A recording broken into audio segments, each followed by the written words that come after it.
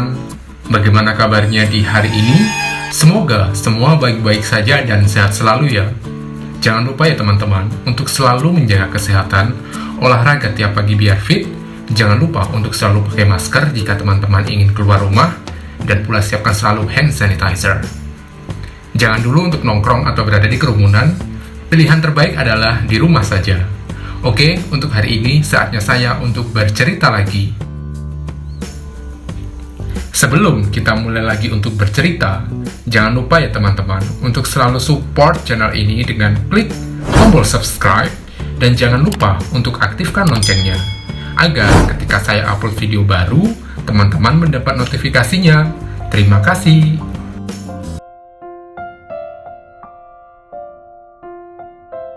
Di video kali ini, saya ingin memberitahu kepada teman-teman kalau cerita tentang saya dan Joe dan juga mengenai ancaman-ancaman itu, ceritanya saya putus sampai di part kedua saja teman-teman.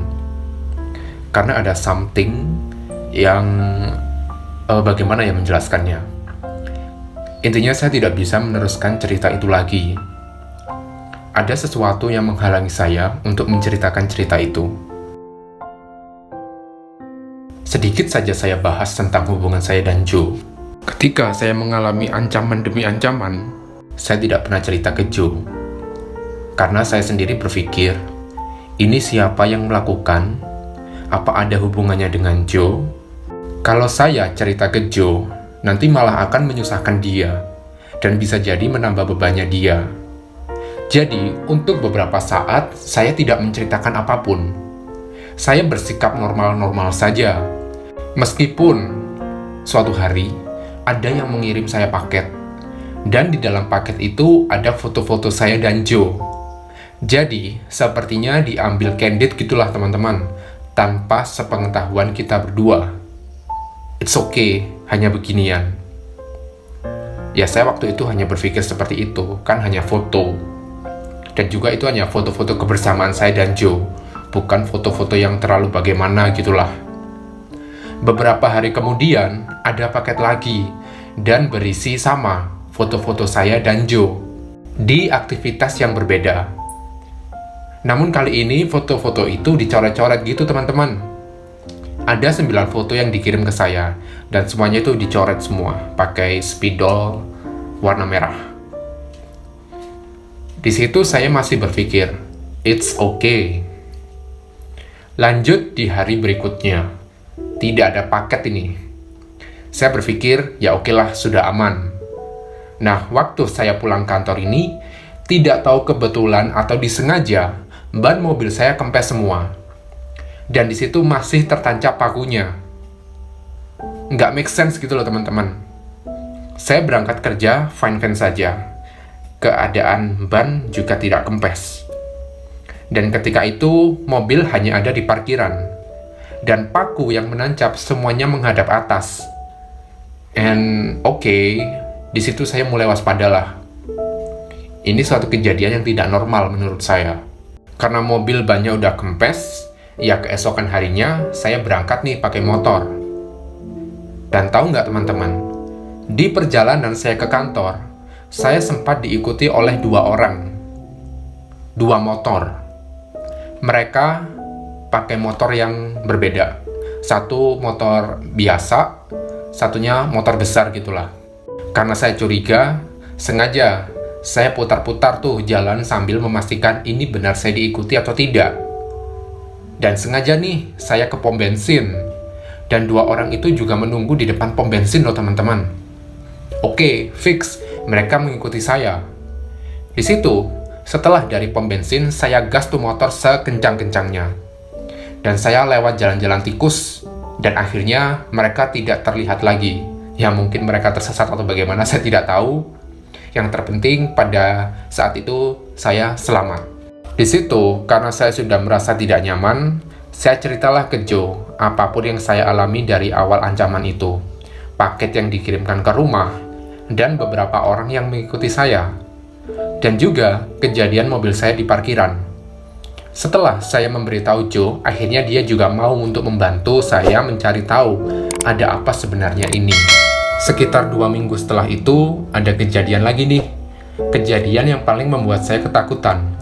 Pada saat saya pulang kantor, waktu itu karena saya lembur, saya pulang pukul 9 malam. Di perjalanan pulang, tiba-tiba saya tidak tahu dari arah mana mobil saya dilempar batu dan sampai retak itu kaca depan mobil saya. Sewaktu kejadian itu, saya benar-benar ketakutan. Karena dulu kan masih musim begal gitu ya. Jadinya ya, saya takut kalau itu begal yang melempar mobil saya. Di situ saya langsung tancap gas sambil membunyikan klakson terus-menerus. Intinya agar ada suara keramaian yang saya buat. Karena pada saat itu jalanan sepi banget. Mungkin ya adalah 1 atau 2 motor yang lewat. Tapi orang yang jalan tuh nggak ada, teman-teman. Sepengetahuan saya, tidak ada orang yang sedang jalan ataupun orang yang mengikuti saya dari belakang. Pokoknya tidak tahulah dari mana arah lemparan batu itu. Singkat cerita, setelah kejadian pelemparan itu, akhirnya saya ke rumahnya Joe dan bercerita mengenai kejadian itu. Dan ternyata Joe sudah tahu siapa oknum itu. Dan pokoknya, intinya oknum ini mengetahui hubungan saya dan Joe. Dan meminta Joe untuk segera mengakhiri hubungan kami.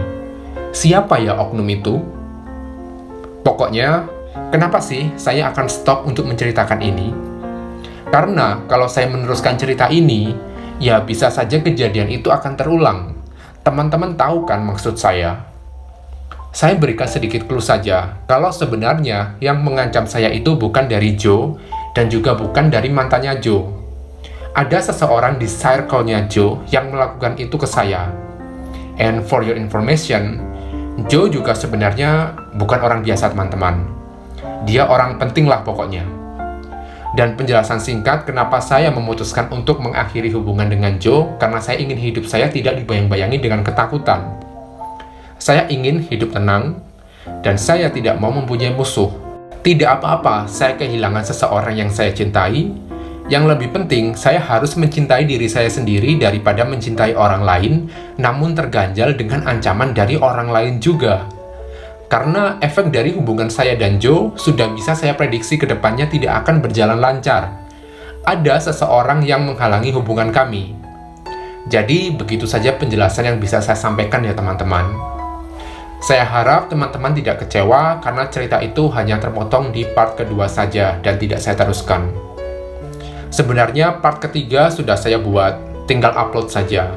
Namun demi kebaikan, file itu sudah saya hapus dan akan saya lupakan untuk selamanya dan saya tidak akan menceritakan hubungan saya dengan Joe lagi. Sudah cukup di video part ke-1 dan 2 saja. Kembali seperti yang saya jelaskan, saya ingin hidup saya aman dan nyaman. Tidak ada gangguan dan saya ingin kedepannya tidak mengingat hal-hal negatif yang pernah saya alami dahulu. Dan juga di video ini saya juga ingin menjelaskan masih saja ada beberapa orang yang DM di Instagram saya dan berkomentar negatif terhadap saya. Dan saya mungkin harus menjelaskan kalau di channel ini sangat berbeda dengan channel-channel dunia pelangi yang lain. Saya akan membuat channel ini karena saya ingin sharing berbagi pengalaman saya yang benar-benar sudah saya alami di masa lalu.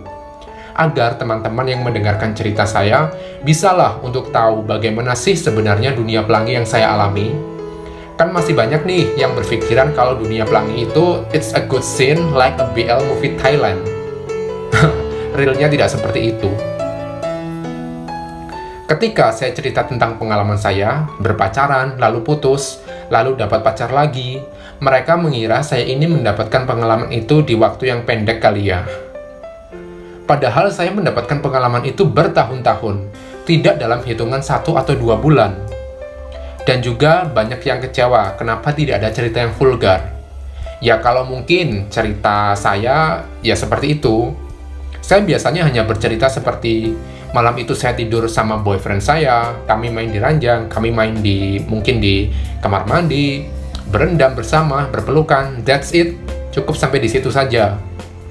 Kalau di channel lain kan ada yang sampai bercerita dan mengeluarkan suara-suara vulgar demi untuk dinilai menjiwai cerita itu. Kalau saya sendiri sih, bukan tujuan saya untuk bercerita sampai mengeluarkan suara-suara vulgar seperti itu.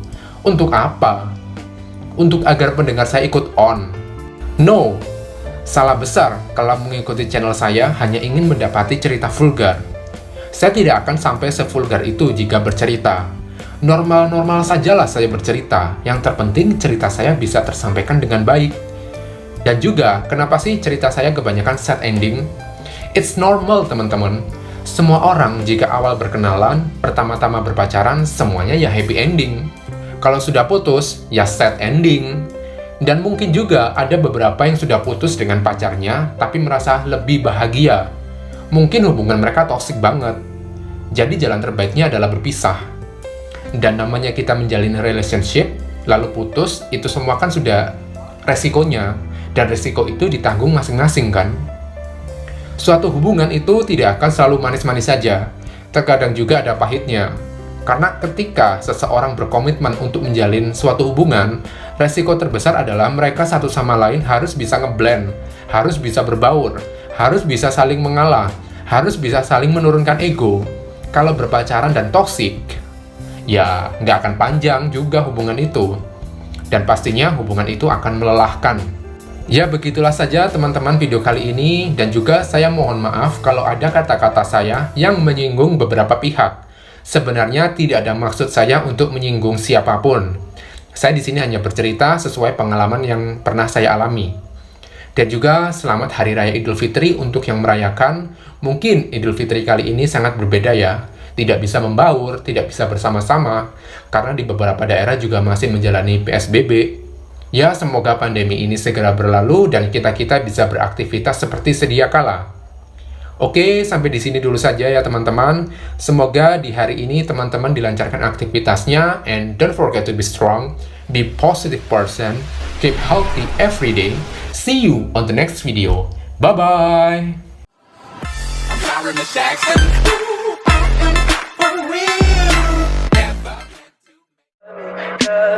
Tell me pretty lies, look me in the face.